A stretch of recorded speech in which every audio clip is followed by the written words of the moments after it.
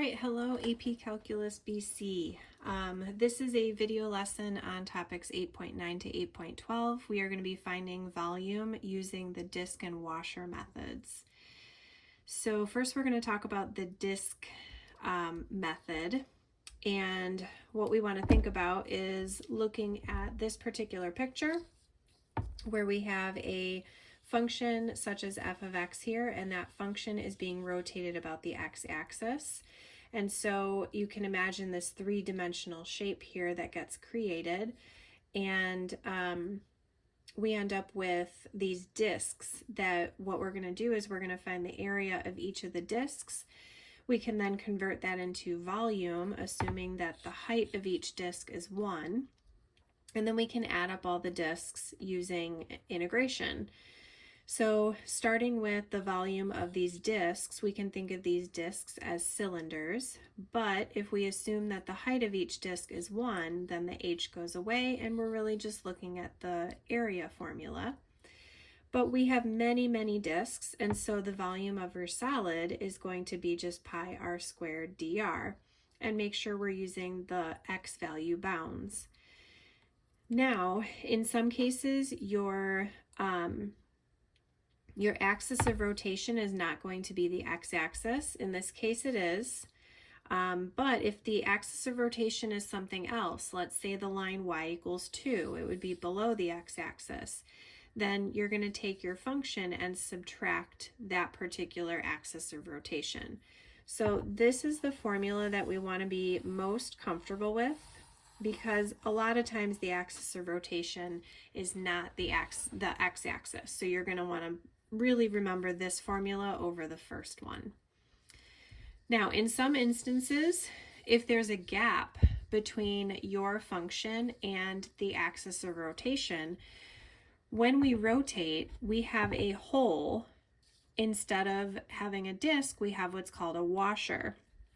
So if you were to take this football shape here and rotate it about the x-axis, the football shape is not completely touching the x-axis. There's a little bit of a gap here. So when you rotate it about the x-axis, you can see the reflection of the shape down here.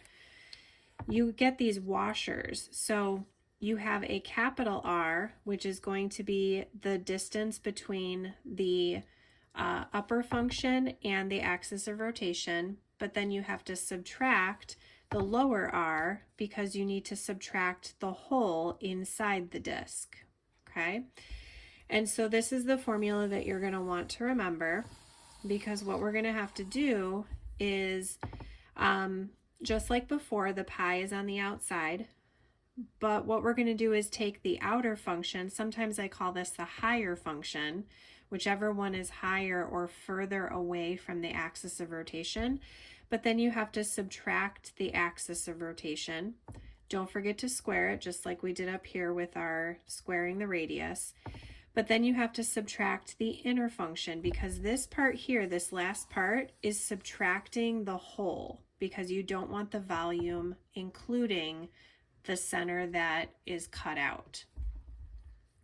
So I hope that's helpful. If you still need a further explanation and maybe an animation video, there are videos on YouTube that you can just search finding volume using disk and washer methods, and there's some really good animation videos that might help you if you need it.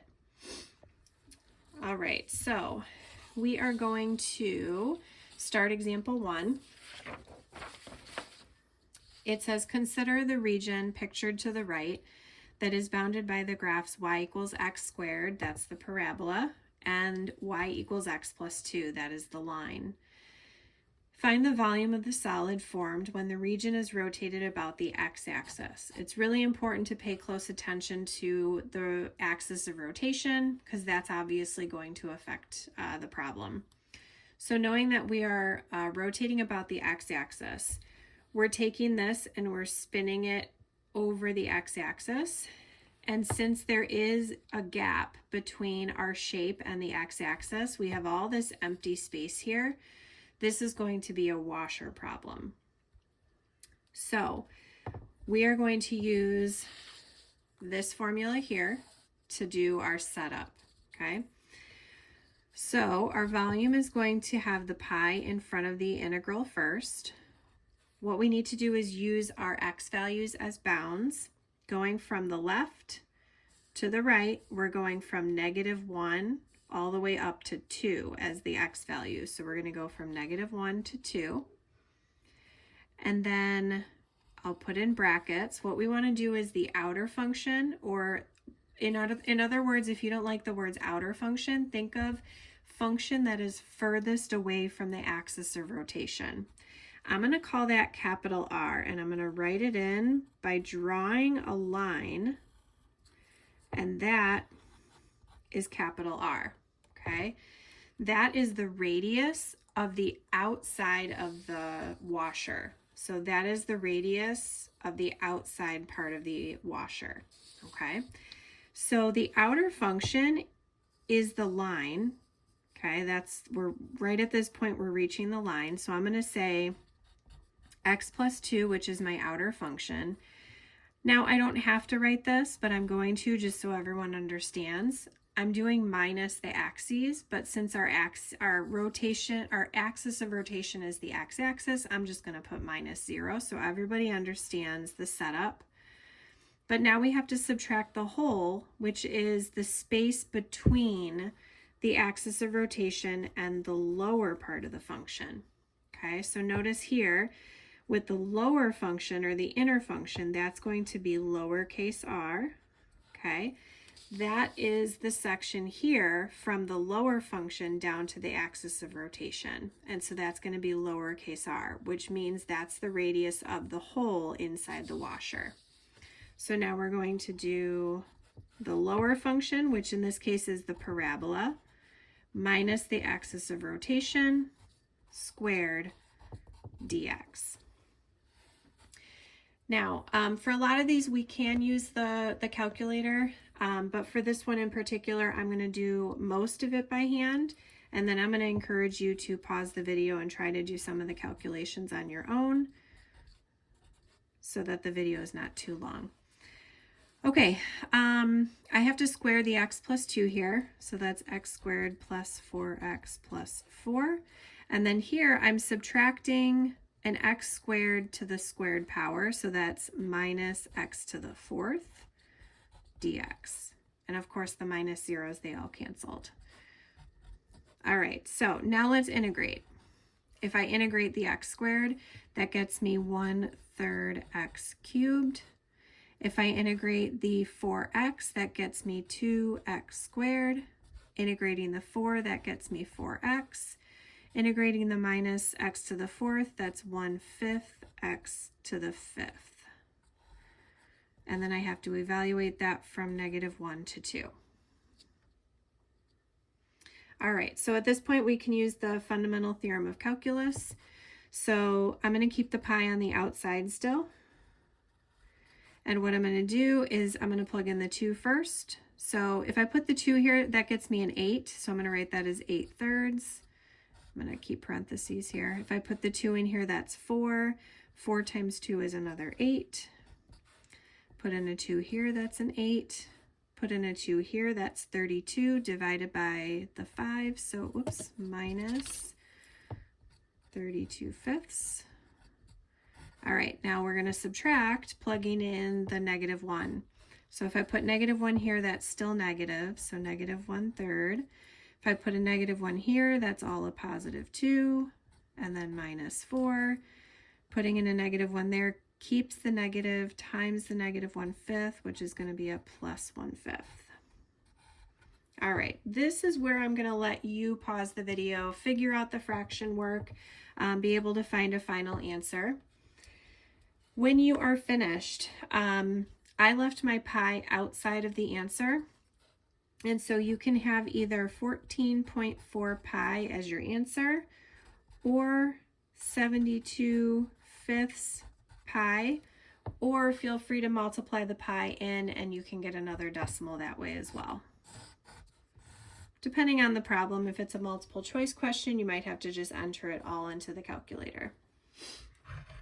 All right, that is example 1.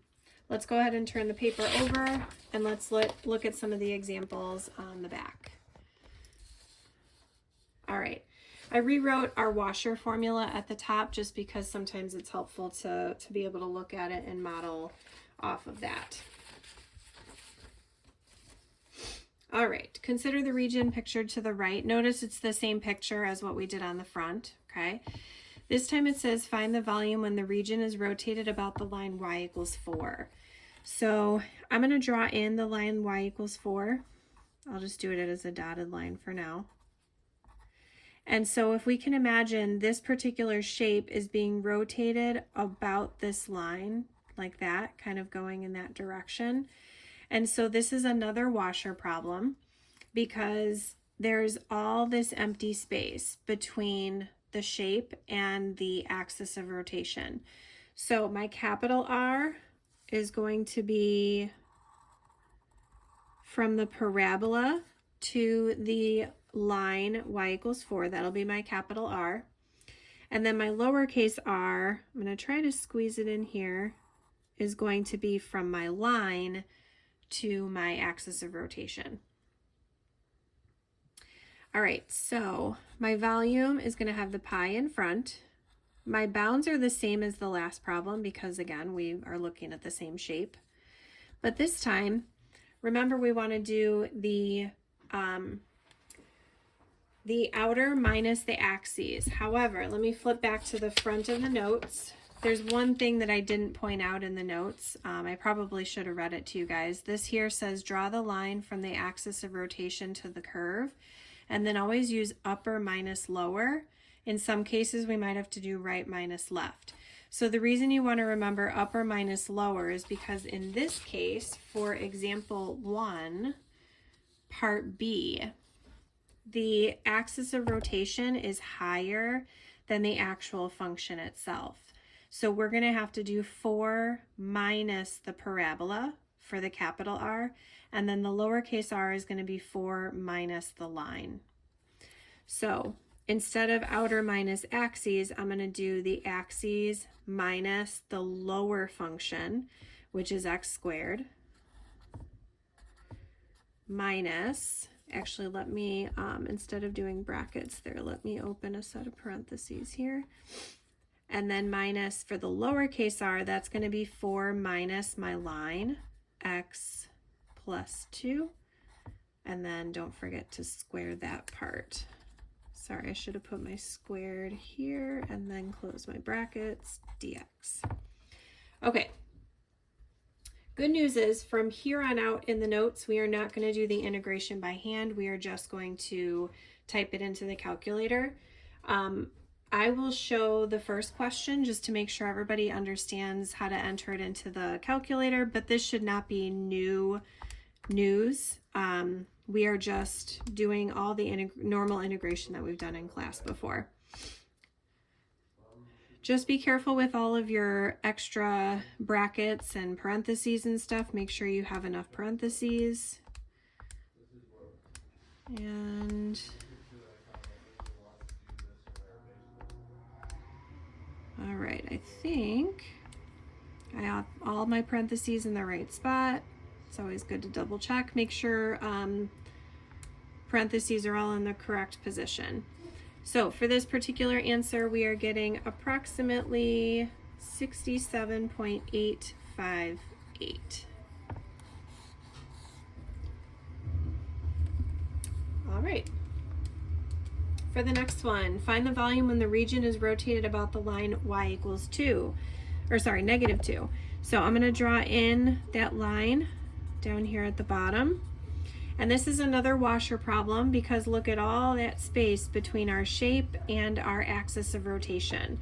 So I'm going to put my capital R from the furthest point down to the axis of rotation. So that is going to be from my line down to the line y equals negative 2. And then my lowercase r is going to be from the parabola to the axis of rotation. Now, because here the figure, the shape is above the axis of rotation, we are going to do the outer minus the axes minus the inner minus the axes. So here we go. Pi is on the outside, same bounds as before. This time our capital R is from the line down to -2. And so we're going to do the line x plus 2 minus a -2. Careful with that double negative. Okay. Minus, now we're going to do the parabola minus the axis of rotation. So we have the parabola minus the -2. Again, careful with that double negative. And then dx. All right, at this point, pause the video, type it into your calculator. You should get 101.788. All right, let's move on to example 2. It says, consider the region pictured to the right. Now, our equations have changed a little bit. So we're given y equals plus or minus the square root of x. It looks very much like our parabola up here, only it's been rotated on its side, okay? The curve positive square root of x is just, let me use my paper to cover it up. This curve here is the square root of x, right? So when I put the plus or minus, then I have the negative version as well. And that just happens to be a sideways parabola. Then the other one is y equals x minus 2, that line in there. So here's where things get a little interesting in the notes. It says, find the volume of the solid formed when the region is rotated about the y-axis, okay? So when things are rotated about the y-axis, imagine this particular shape, it's being rotated about this axis here. When things are rotated about the y-axis, your integrals all need to be in terms of y and not x. So that means we need to take our equations and we need to solve for x instead of y. So in this case, I'm going to square both sides. We end up pretty much ignoring the plus or minus. And if I square both sides, I get x equals y squared. That's this equation here, x equals y squared. And then this line here, I'm just going to add 2 to both sides. So I end up with x equals y plus 2. And so that's this line here. Okay. All right, so the first question says just find the volume when it's rotated about the y-axis. So because we're rotating about the y-axis, I'm going to quickly flip the notes over. This is where we want to use right minus left. Okay, so anytime you're rotating about the y-axis, you want to think right minus left as opposed to top minus bottom. So we want to think which function is the furthest away from the y-axis in terms of vertically. So the further piece here, and we're going to have to do 3 problems on this one picture, so I'm going to try my best to not get all the capital R's and lowercase r's mixed up too much. That's going to be our capital R because the line is furthest away from the y-axis there. And then the parabola is going to be my lowercase r because that's closer to the axis of rotation. So here we go. We're going to say volume equals our pi. Now our bounds, because we have to have everything in terms of y, we are going to use y value for the bounds. So I'm going to draw a little arrow here and put a note. Use y value for the bounds. Okay, when everything is in terms of y, you have to have y value bounds. So the y value down here is -1, and then if you follow it up, the shape ends at +2. Now it's just a coincidence that these bounds are the same from the last problem, okay? Just pay close attention, we're not using x values here, we're using y values. Okay, so now we want to go from right to left, okay? So the right, in the rightmost function is the y plus 2, because that's the line right here. So we're going to say y plus 2 minus the axis of rotation, which of course is 0, squared, minus the other function, which is going to be the parabola, and that happens to be y squared, minus the axis of rotation, which of course is 0, and then, oops, I got to put my squared before the bracket. There we go. and then dy. All right, at this point, pause the video and see what decimal you get. All right, we should get 45.239. Okay, for parts B and C, we get a little bit more practice with rotating about vertical lines. So I'm going to do one more with you guys in the video, but then I'm going to reveal part C on my actual written out notes that are already done, just so we can have this video go a little faster. I don't want to end up uploading a video too long. So here's the line x equals 4. And so now our object is being rotated about that line. Okay? So my capital R this time is going all the way to the parabola. That's my biggest part.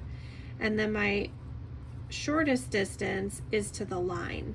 But again, I want to do right minus left. So I put my pi in front. I use my y value bounds, just like we did in part A. And then we're going to do right minus left. So the rightmost piece is the 4. And then that's going to go all the way to the parabola, which is y squared. And then the lowercase r is right minus left would be 4 minus the line, which is y plus 2. And don't forget to square that, dy. Okay, so axis of rotation minus the furthest point, which is the parabola, squared, minus the axis of rotation minus the closer function, which is y plus 2, squared. All right, put that in your calculator. And hopefully you get 67.858. All right, I am going to reveal the answer for part C. So please pause the video, give that one a try on your own, and let's see how you do. All right, here is part C. For this particular one, your axis of rotation is all the way off the paper. I kind of drew it off to the side over here. And you should have 7 minus y squared minus 7 minus the line y plus 2 squared. And hopefully you got 152.681. All right, let's go ahead and look at the very last question.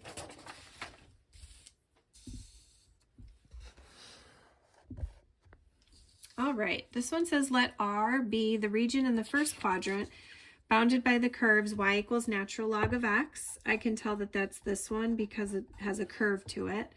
And then y equals 5 minus x, I can tell that's this one because that's a straight line, and it's also bounded by the x-axis. Find the volume of the solid generated when R is rotated around the x-axis. Well, I have good news for you guys. This one is not a washer problem because there is no space between the shape itself and the axis of rotation, so at least we don't have to worry about the washer setup. However, when we go to do the disk setup and use the disk formula, we want to do the top function minus the bottom function. Here, that's not a problem because that's natural log of x minus 0. But then over here, as we go further towards the right, the top function changes. It's no longer natural log of x, it's the line y equals 5 minus x. So this is going to require two integrals because we have to separate at the point of intersection because the top function changes. If we're going to do top minus bottom, here we're going to do natural log of x minus 0, and then for the second integral, we're going to do the 5 minus x minus 0. So we need to find this point of intersection by putting these in our calculator and finding the point of intersection. So I'd like you guys to pause the video and find that point of intersection.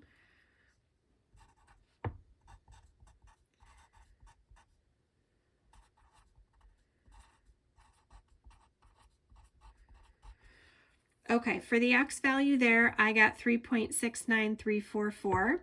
And then I stored it in my calculator. So just like I showed you the other day, I would store that decimal in your calculator so that you have it on hand, because that's going to be the bounds for both of our integrals. So here we go. Volume equals, put your pi in front. Our first integral, the x value bounds are going to be from 1 to that a value, so from 1 to a.